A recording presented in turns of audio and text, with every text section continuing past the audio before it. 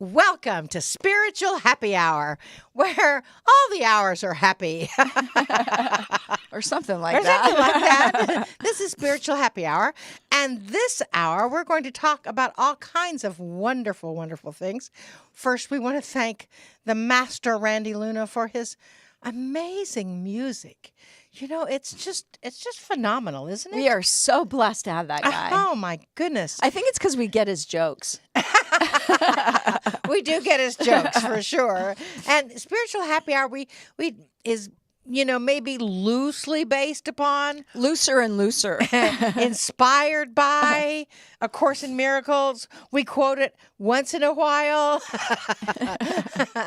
which sometimes we call it ACIM. And we'll also have a message from Adironda and the Council of Light. And if you don't know who Adironda and the Council of Light is, Google them. Can I say that? Absolutely. Oh, yes. Google absolutely. loves when you say that. I love Adironda and the Council of Light. Do you? Of course I do. What else do you love? I love atoms. Don't you? Yeah, I dated an atom once. You're ruining my joke. Oh, dear. Atoms, like ATOMS, atoms. Because they make up everything.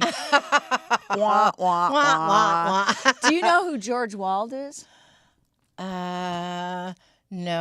He's a Nobel Prize winning scientist who said a physicist is an atom's way of knowing about atoms.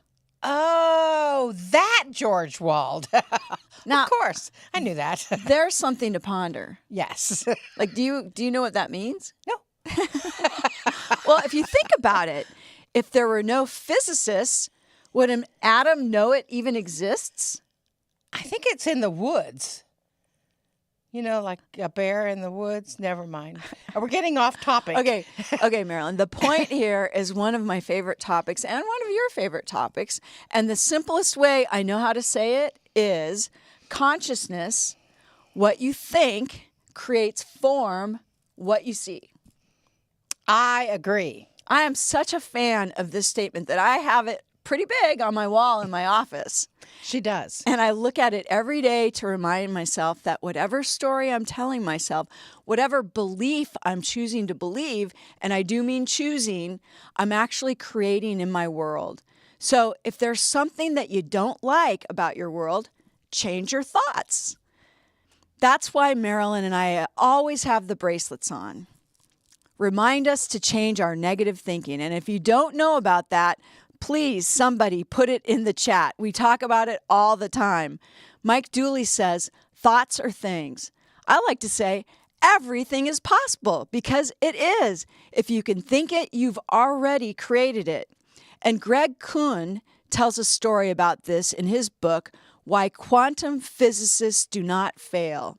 But to understand the point of the story, we must first understand the meaning of paradigm. We hear this all the time. Oh, that's a paradigm shift. But do we really know what it means? Paradigms are like umbrellas under which everything that we do makes sense to us. They are, in fact, the reasons we do things the way we do them. Think of a paradigm as a fish tank, and you're the fish. The fish swims around and round and back and forth, exploring her fish tank every day.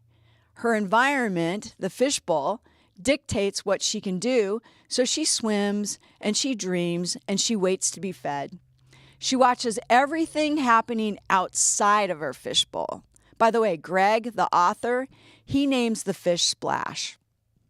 Now, Splash has a dream of being a powerful deep ocean swimmer. Let's pretend Splash has access to the internet, and she researches and she finds a special program on how to transform into a deep ocean powerhouse. Splash is so excited. She reads through all of the material and she dreams all night about becoming a champion deep water swimmer. She has the willingness, she has the instruction, and she is ready. But after a month following the program of how to transform into an open ocean powerhouse perfectly, she doesn't see much transformation. In fact, she feels like after all that work, she's still only a little bit better of a swimmer, not much more than when she started. And she starts to lose faith. Have you ever felt like Splash? Splash gives up. She declares, well, I guess it's just not in the cards for me to be a deep ocean champion swimmer. She moves on with her life, but as with all dreams, she doesn't lose the desire to be that deep ocean swimmer. And a month or so later, she sees another book, a different approach to learning how to be a deep ocean champion swimmer. She thinks, this is it. I must have chosen the wrong program the first time. And once again, Splash is excited, and she dives in, quite literally, to the new program, following it to a T, working diligently every day, and passionately pursues her dream for about a month and a half. This time, she never once doubts that this program won't work. This time she'll have her dream, until, just like last time, Splash is forced to accept that she has failed again. And now she really feels like a failure. She's not just sad, she's blaming herself. And she doesn't just tear up. She sits back against the wall in her fish tank and soothes her emotional pain with some Ben & Jerry's ice cream. Half-baked, her now favorite. Because half-baked proves that if you can't decide between two of your favorite flavors, chocolate chip cookie dough and chocolate fudge brownie, you should have them both. And Splash feels like she should. Years pass by now, and lots of Ben & Jerry's half-baked ice cream. And once again, her dream hasn't really gone away, and she sees yet another program that she believes this time will help her become an open sea champion swimmer. She repeats this process another 8 times, each time completely following the instructions and each time failing. And more ice cream. She feels defeated, and now she's really got a negative self-talk going in her head. And once again, Splash resigns herself to what she believes is her fate. But because dreams just don't go away, her day-to-day life in the fish tank sucks. She lacks that same joy and fulfillment she had when she believed she could actually be an open sea champion. And now Splash, in order to not feel completely worthless, has adopted a few beliefs about herself. Number 1, although she'll never stop wanting to be a champion in the deep sea, she's just not worthy of being one. It's not in her genes. It's only for a lucky few. Anyone relating to this? Number 2, books and programs are just ripoffs, and people who create them take advantage of little fish like her to make money. Number 3, life's unfair. It gave her this tiny little fish tank. It's not even possible to swim in the deep sea ocean like other fish do, and now she's angry and bitter toward life. I'm sure none of you have ever felt like this, right? I know I have in the past, before my own paradigm shift. I had my own little fish tank, so to speak.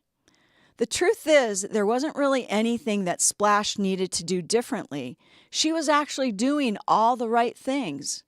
Her intentions, her desires, her efforts were more than enough for any fish to become a deep sea swimmer. She had it all. The one thing missing from this whole story was the size of Splash's fish tank. It was too small. One of those little ones that you buy at a pet store with blue rocks and maybe a single plastic plant. It didn't even have a pump or a filter. Sheesh! Or one of those fake treasure chests that open and close. You see, in this particular tank, no matter how hard Splash worked, how committed she was daily, how long she tried, she would never be able to achieve this dream. What Splash needed was a bigger fish tank to put her energy and intention into action, follow that instructional program, and take her place in the deep ocean. And even though poor Splash will never realize this, she is not a failure. Emphasis on the word she. Have you ever felt like Splash? You've got a dream, a goal. You tried to lose weight. You tried to make more money. You tried to improve your health. You believed there was a soulmate for you. You've tried and tried and tried to achieve something, but it just doesn't seem to happen. Well, I've got news for you. You are not a failure. It's not a problem with you. It's a fish tank problem. Just get a better fish tank.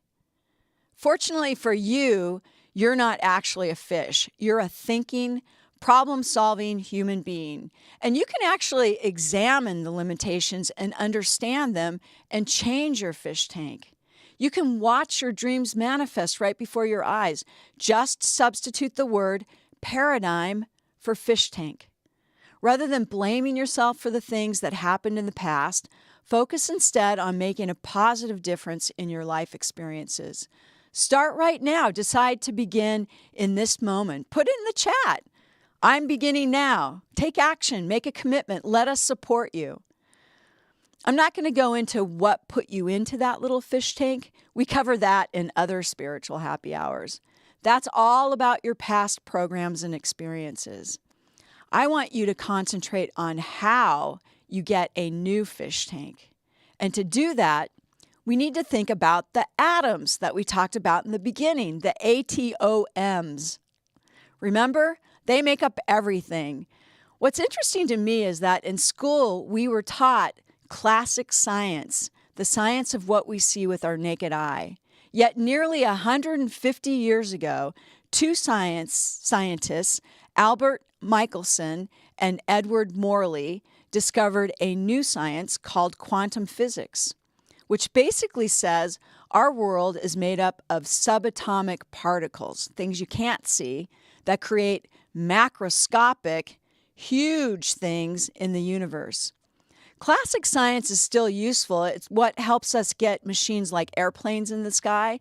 It's the science of Sir Isaac Newton that most of us learned in high school. Basically, it says everything is made up of smaller parts, and for every action, there's an equal and opposite reaction, and that the observer and the observed are two separate things, and that things happen in a logical and linear way. But in Michelson and Morley's research, using classic science, they were simply trying to calculate the speed at which the Earth travels around the sun. And guess what? They got 0 miles per hour. 0 miles per hour. Well, Michelson and Morley, they knew this couldn't be true. In fact, you and I, who probably aren't even scientists, also know that's impossible. We experience night and day, which is the Earth rotating around the sun. It has to be moving. It can't be zero. This basically says that classical physics is wrong. We knew it 150 years ago, yet we still live in our world acting like classic physics is correct, and we only believe what we already see. We're living in that small fish tank. The truth is, quantum physics does explain our world. Take, for example, planet Earth. If you step outside of your house and you look around you, Earth appears to be pretty flat. But you know it's round because you've seen photographs of it from outer space looking down on Earth. You know it's a globe. You can't see the roundedness from where you stand using your naked eye. This is because of your relative perspective to it. You're too small to have the same perspective from where you stand as outer space has looking down upon it. So why is that? Why do we believe classic science that says we should only believe what we see? Remember, classic science says that you and what you're looking at are two separate things. It's pretty easy to believe that when you look around your world. Yet why does the Earth appear flat when you're standing on it, and photographs show a different perspective, that if you get far away enough from it, it's a globe, it's round. It's the same Earth, whether we're standing on it or looking at it from afar. The answer is so simple, It's perspective. Those atoms that make up everything, they aren't actually tangible physical objects that we can see as believed in classic science. In fact, the new science, quantum physics, says those atoms don't even happen until they're observed. Now, this is an oversimplification, and I'm sure I have a few quantum physicists chuckling, thank you very much, but I like to oversimplify things so that I can understand them. Hopefully this is helpful to you too. Because the point is, we want out of that tiny fishbowl that we believe because of what we were taught about classic science. Take a look at the universe that is you. You are an actual universe. Classic science says that you are made up of smaller parts with predictable things working in a logical and linear way. Tell that to someone who has a mystery disease where the doctors can't figure out what's going on. Symptoms appear, but the tests show there's nothing wrong. This is also the paradigm of the small fish tank. To Splash, the fish tank appears small, limited. She can't even swim in the deep ocean, let alone be a champion in it. So let me ask you this. When was the last time that you asked your heart to beat, or your lungs to breathe, or your eyelids to blink? They don't function in a logical and linear way. Think about the person with a mystery disease. If it was logical and linear, it wouldn't be a mystery. Your body or your universe operates on its own, and sometimes, as in a mystery disease, it actually overrides your body. You feel like you have no control. In 1990, Dr. Candace Pert, the chief molecular biologist for the National Institute of Health at the time, discovered your thoughts are things. They are tangible objects. But can you see your thoughts? Great question, right? Every thought you think has a unique neuropeptide, and your body produces that neuropeptide every time you experience that same thought and the emotion around it. Only it happens instantly and continuously, and with each emotion, your bloodstream gets flooded with those neuropeptides. Think of it this way. Your thought is a messenger of emotion to your body. Over time, your body actually begins to crave these neuropeptides, especially the ones that they've experienced the most. So you produce more and more, and you become addicted to these neuropeptides. And that addiction has you actually looking for experiences to create that emotion so you can create more neuropeptides. If you believe you live in a small fish tank or paradigm, if you've spent years telling yourself, I can't afford that, or I'm so fat, or I picked the wrong lovers, or I don't know my purpose, guess what? You're right. Your body actually experiences the emotions that cause you to continually think that, and voila, your thoughts become things. They appear in your world. You're in the small fish tank with Splash. You believe your thoughts. No matter how many diets you do, no matter how many books you read about abundance, no matter how many classes you take on relationships and life purpose, you're still in the small fish tank. Until you can change the neuropeptides in your brain. And how do you do that? Again, oversimplification so that I can understand it. If you're interested in the details, read Greg Kuhn's book, Why Quantum Physicists Do Not Fail. So back to Splash. How does Splash get out of the small fish tank so that she can live her dream of being a deep ocean champion swimmer? Easy. Splash must work on her feelings and emotions to depersonalize her belief. So she'll stop thinking the same thing over and over that keeps her in that small fish tank. Number 1. She must tell herself a different story with better, positive, uplifting words that she can actually believe. The key is a story she believes, which means she has to start where she is. Say something positive that she can actually believe. According to quantum physics, she, or we, must look for ways to feel as good as possible about everything. People, places, things, life in all ways. You create more good by telling yourself the best possible story always. This is the fundamental truth of how the universe works. It delivers what you expect, what you're actually thinking and addicted to, rather than what you hope to see. As Groucho Marx said, very interesting theory. It makes no sense at all. It doesn't have to make sense. It's science and someone proved it. Number 2, because her body, our body, is like a tuning fork, subatomic particles of vibration, she must focus on how it will feel to be a deep sea ocean swimmer, and not actually on the deep ocean swimming itself. She must do this as often as possible, write down her goal, say it, but the most important is to take the time to actually feel it. Become that deep sea swimmer before it ever happens. Of course, this is why meditation helps, because it helps you still your mind and have control over your thoughts. Number 3, continual gratitude is important. It helps you feel good about life in general. I have a plaque in my home and my home away from home in San Diego that says, "Gratitude is the abracadabra of the universe." I say it so much that people have actually credited me with first saying it, but I heard it from someone else and it truly resonated. And finally, number 4, create and celebrate success. Admittedly, this is one of the things I often forget to do. While I'm pretty good at being grateful, I don't always take the time to celebrate and really savor all of the successes, big and small. I'm still a work in progress too. In fact, Adironda gave us a way to do this years ago. They said, failure is just another F word for feedback. And Marilyn and I, we got in the habit of whenever something didn't work out the way we had expected it to, we'd quickly celebrate it by saying, "That's great feedback."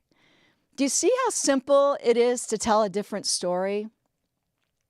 Now, if Splash could do this, she'd see her small fish tank, her paradigm, from outer space, and she'd quickly be able to locate the ocean. She'd have a better chance of achieving her dreams. What's so interesting to me is how the story is yet another crossroad of spirituality and science.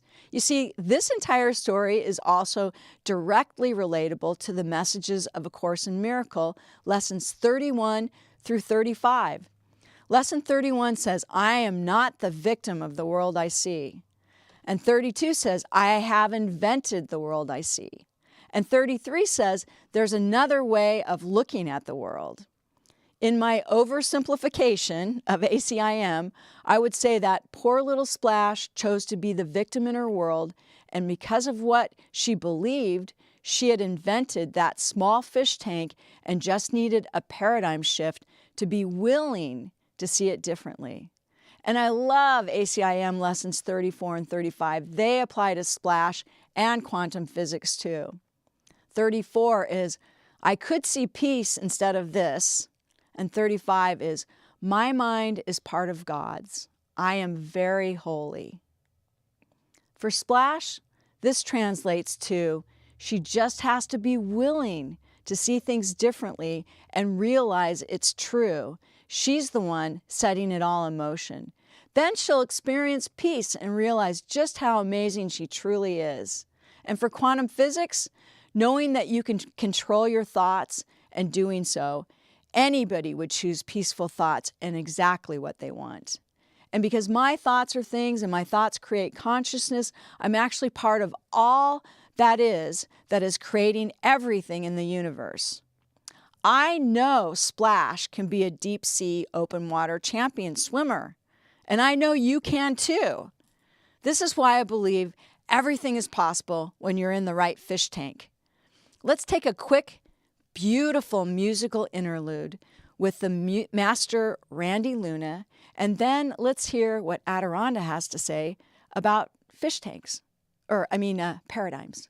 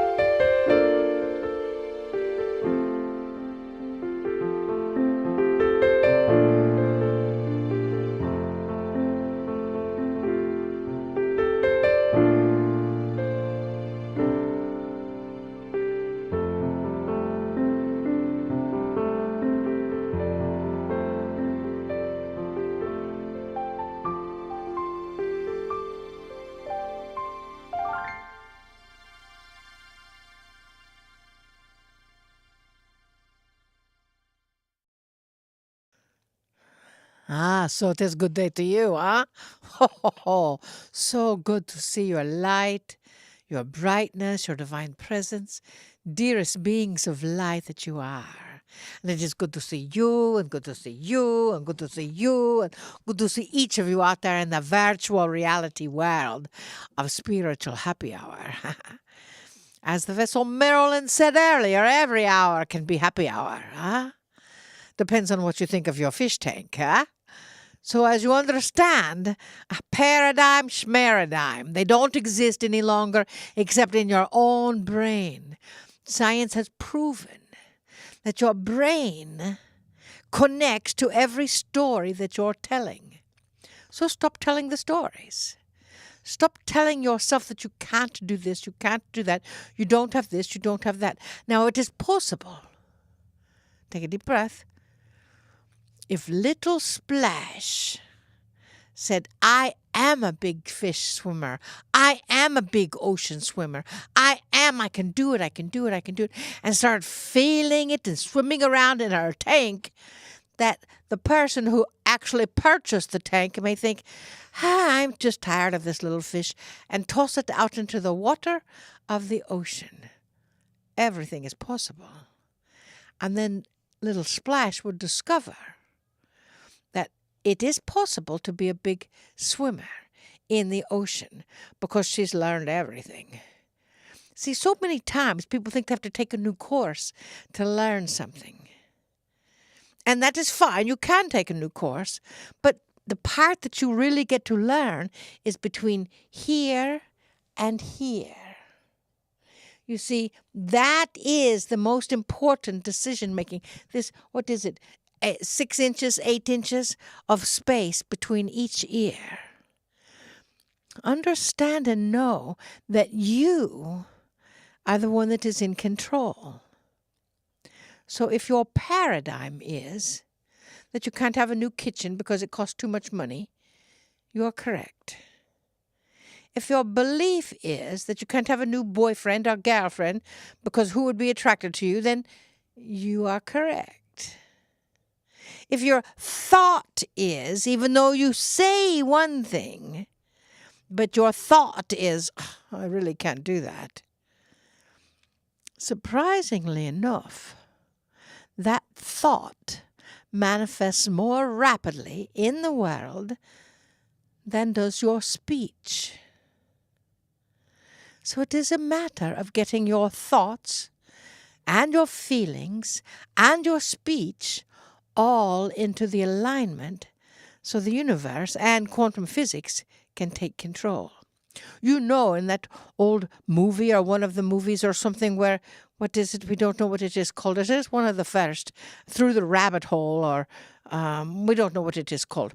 But they proved that the atoms, identified by George Wald, now you know that, the atoms, as they were moving towards something, when they showed a picture of a loving family having fun, the atoms went right through it. When they showed a picture of a scary energy or a horrible, frightening thing, the atoms stopped and actually moved and went around it. So the atoms, as has been proven, are thinking, responding, affecting, effecting molecules. So since they are, and that you know that, then why do you hear yourself demean yourself? This is why, as the joy and the vessel say, change your bracelet. You see, when you put something in, that is going to be what you get out. Plant a radish, get a radish. Plant the enormous ocean, and you can get the enormous ocean in one way, shape, or form. Now, there are things that you may not be able to control, because Little Splash could not control the owner of the fish tank, theoretically. However, if everything is possible, and Splash does change her little perspective, and realize that she can feel like she's in the ocean, whether she is or not, and starts feeling it in the ocean, then that goes out into her little field, which may be 26 inches across or maybe 26 feet as well. And then that field, or the atoms or molecules or people in that field, start adapting themselves to her state of consciousness. Now that does give you something to ponder. Huh? And that is the key. And in that energy, in that frequency of pondering, understand that you are everything you are feeling about yourself. You are everything that you are thinking about yourself. Someone years ago used to write the Vessel Maryland and go rant and rant and rant about why he was not winning the big lottery, why he was not winning the big lottery. Well, everything before the big lottery statement was a complaint, and everything after the big lottery statement was also a complaint. So that was actually what he was asking for. So his world, as a result, was falling apart. Instead, what does it feel like? Can you actually feel inside and out and bring that? If that is so important to you, why would you want to win the lottery in the first place? You don't want the money. What you want is to be comfortable and to be happy and to love your environment. Focus on that. And then it matters not what your fish tank is, because there are no limits to what you can create, because there are no more paradigms. You are living in this moment, right here, right now, which is very important to you. You understand what we say, huh? We love you deeply. We see you. We know you. We see your doubts. Let them go. We feel you. And we bid you namaste. Namaste.